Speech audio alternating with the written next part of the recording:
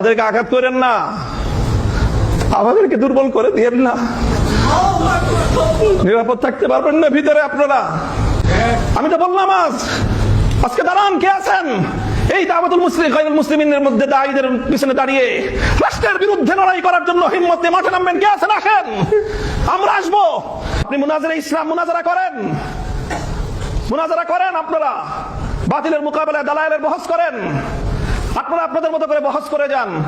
আমরা হয়তো মুনাজারা করব না, বহস করব না, কিন্তু আপনি আহলে হক হয়ে, আপনি উলামায়ে দেওবন্দের একজন মুখপাত্র হয়ে যখন মুনাজারা করবেন, মনে রাখবেন আপনার তাহাফুজের জন্য আপনার পিছনে মামুনুল হক কুকুর হয়ে দাঁড়িয়ে আছে।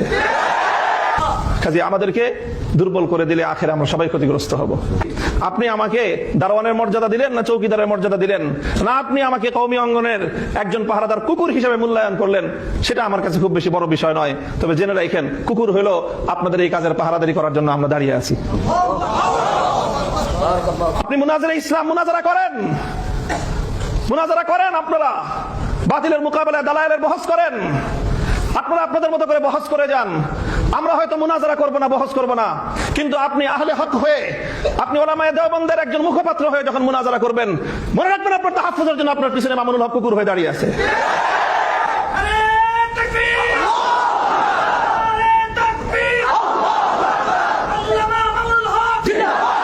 এটা হলো আমাদের রাজনীতি, এটা হলো আমাদের রাজনীতির খুব নিগুড় রহস্য, মৌলিক কথা। কাজেই আমাকে রাজনীতি করতে হলে, আমাকে লড়াই করতে হলে, আমাকে কখনো সরকারের বিরুদ্ধে লড়তে হয়, কখনো আমাকে আন্তর্জাতিক শক্তির বিরুদ্ধে লড়তে হয়। কাজেই আমাকে আমার রাজপথের একটা শক্তি নিয়ে আমাকে ময়দানে টিকে থাকতে হবে।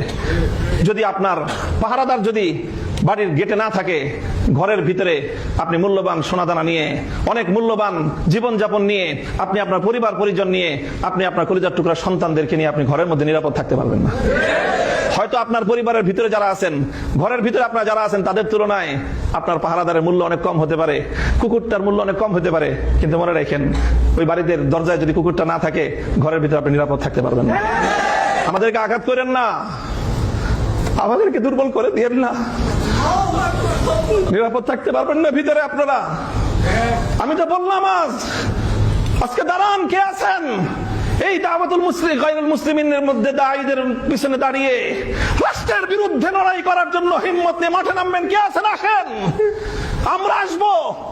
আমি ঘোষণা দিয়ে যাচ্ছি আপনাদের কাছে, এটা নিয়ে যদি সামনে আমাদেরকে আরো বড় কোনো পদক্ষেপ নিতে হয়, যদি সরকারের বিরুদ্ধে এটার জন্য রুখে দাঁড়াতে হয়, আমরা রুখে দাঁড়াবো ইনশাআল্লাহ। কাজে আমাদেরকে দুর্বল করে দিলে আখেরে আমরা সবাই ক্ষতিগ্রস্ত হব।